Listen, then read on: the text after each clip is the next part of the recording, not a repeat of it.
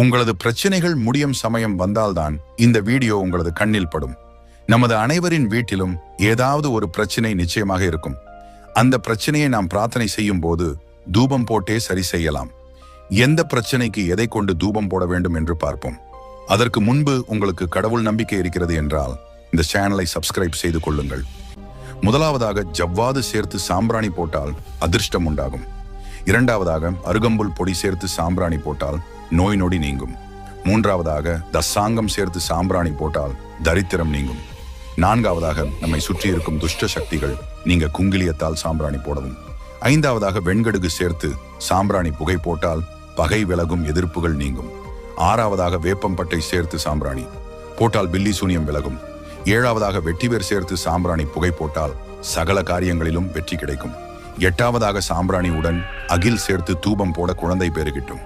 ஒன்பதாவதாக சாம்பிராணி